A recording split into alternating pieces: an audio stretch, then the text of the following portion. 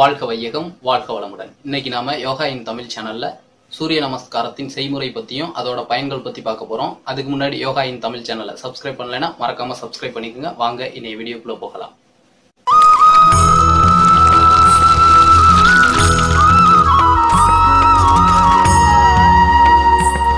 சூரிய நமஸ்காரம் இதை எதுக்காக நாம செய்யணும் அப்படிங்கறத ஃபர்ஸ்ட் பார்க்கலாம். உயிர்கள் அனைத்திற்கும் ஆதாரம் சூரியனே. ஆகையால் மானசீகமாக சூரியனுக்கு வணக்கத்தையும் நன்றியையும் தெரிவித்துக் கொள்கிறோம். அது மட்டும் இல்லாமல் ஆசனங்களில் முறைப்படுத்தப்பட்டுள்ள சூரிய வணக்க பயிற்சிகளை மேற்கொள்வதால் நமக்கு பல்வேறு நன்மைகள் கிடைக்கிறது. அது என்னென்னங்கிறத பார்க்கலாம். யோகாசனமும் பிராணாயாமமும் இணைந்ததுதான் சூரிய நமஸ்காரம். இப்பயிற்சியை ஆசனங்களுக்கு முன்பு செய்வதால் உடலில் உள்ள இறுக்கம், தளர்வு, விரைப்பு போன்றவற்றை நீக்கி ஆசனத்துக்கு உடலை தயார் செய்கிறது. இப்பயிற்சி 12 ஆசன நிலைகளை கொண்ட ஒரு சுழற்சி முறையாகும். இப்பயிற்சியை காலை வெறும் வயிற்றில் கிழக்கு நோக்கி நின்று செய்ய வேண்டும். அவ்வாறு செய்வதால் நன்மைகள் ஏராளம். இப்ப ஃபர்ஸ்ட் சூரிய நமஸ்காரம் எப்படி செய்யலாம்னு பார்க்கலாம். அதுக்கப்புறம் அதோட பயன்களை பத்தி பார்க்கலாம். வாழ்க வையகம், வாழ்க வையகம், வாழ்க வளமுடன். ஆசன விதிமுறைகள். 1. காலம். அதிகாலை வெறும் வயிற்றிலும் மாலை நேரங்களில் உணவு உண்ட பின் 4 மணி நேரம் கழித்தும் ஆசனங்களை செய்யலாம். அதிகாலை செய்வதே சிறப்பாகும். நீர், காஃபி, டீ குடித்தால் அரை மணி நேரத்திற்கு பிறகு செய்ய வேண்டும். இடம். சுத்தமான அமைதியான இடம் ஆசனம் செய்ய ஏற்றது. திறந்த வெளி மற்றும் நல்ல காற்றோட்டமான இடமாக இருத்தல் நலம். ஆசனங்களை ஏதாவது விரிப்பின் மீது இருந்து செய்ய வேண்டும்.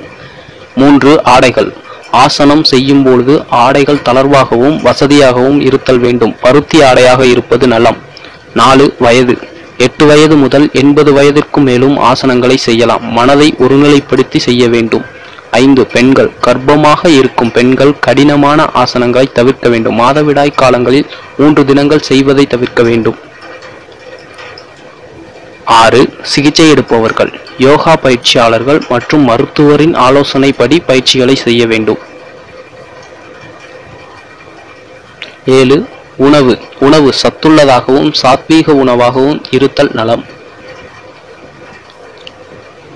8. மூச்சுக்காற்று. யோகா ஆசனங்களில் முன்னோக்கி குனியும் போது மூச்சுக்காற்றை வெளியேற்றியும் பின்னோக்கி வளையும் போது மூச்சுக்காற்றை உள்ளே இழுத்தும் செய்ய வேண்டும். இது ஆசனங்களுக்கு பொதுவான விதிமுறையாகும். 9. பார்வை. ஆரம்ப காலங்களில் ஆசனங்களை கற்றுக்கொள்ளும் போது கண்களை திறந்து வைத்துக் கொண்டு செய்யலாம். பிறகு மனதை ஒருநிலைப்படுத்தி கண்களை மூடி செய்ய வேண்டும். 10. மனம். பயிற்சியின் போது மனதை ஒருமுகப்படுத்தி செய்தால் ஆசனத்தின் முழு பலன் கிட்டும். 11. உடலை தயார்படுத்துதல். ஆசனங்களை செய்யும் முன்பு உடலை தயார் நிலைக்கு கொண்டு வர சூரிய நமஸ்காரம் மற்றும் எளிய முறை உடற்பயிற்சிகளை செய்யலாம்.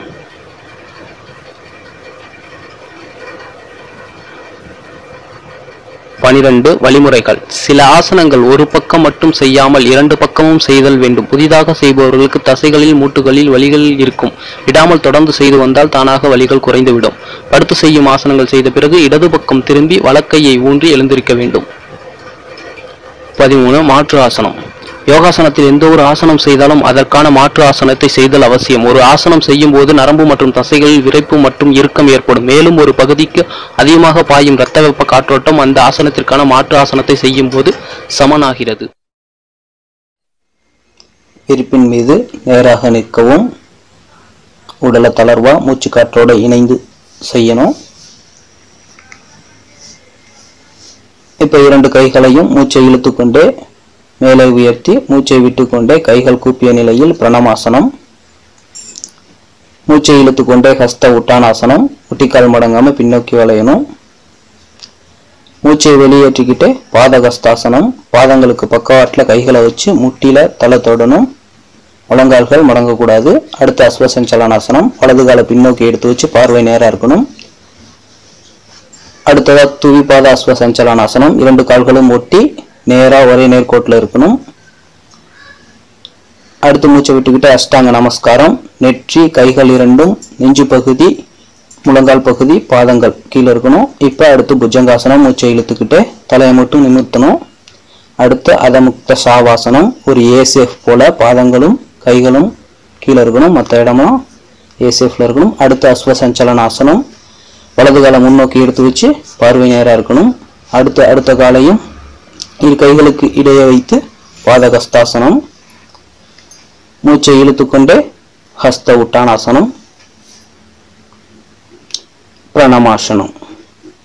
இப்ப சூரிய நமஸ்காரத்துல முதல் நிலை முடிஞ்சிருச்சு. இப்ப அடுத்த நிலை வலது காலுக்கு செஞ்சது போல இடது காலுக்கு செய்ய போறோம்.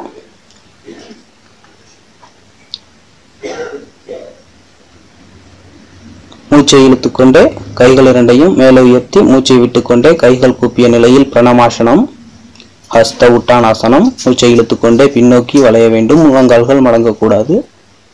மூச்சை விட்டுக்கொண்டே பாதகஸ்தாசனம், பக்கவாட்டில் கைகளை வைத்து முழங்கால்களை நெற்றி தொட வேண்டும். அடுத்து இடது காலை பின்னோக்கி வைத்து அஸ்வ சஞ்சலனாசனம், பார்வை மேல் நேராக இருக்க வேண்டும். இப்ப துவிபாத அஸ்வ சஞ்சலனாசனம், ஒரே நேர்கோட்டில். அஷ்டாங்க நமஸ்காரம்,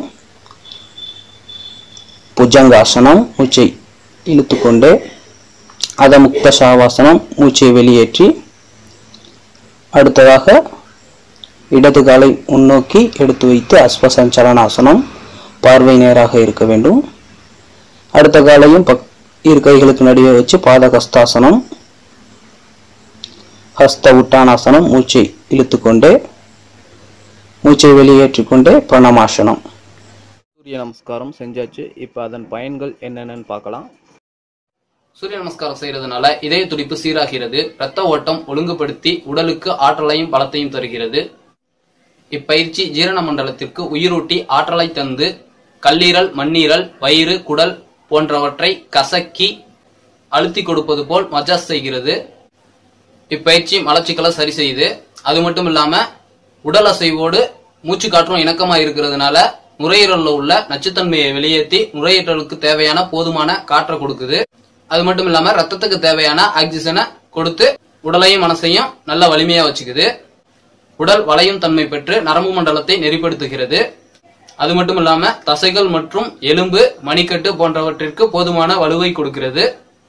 இந்த வீடியோ பத்தின சந்தேகங்களோ கருத்துக்களோ இருந்ததுன்னா கமெண்ட் செக்ஷன்ல கொடுங்க. இதே போல அடுத்த ஒரு வீடியோல உங்களை சந்திக்கிறேன். வாழ்க்கை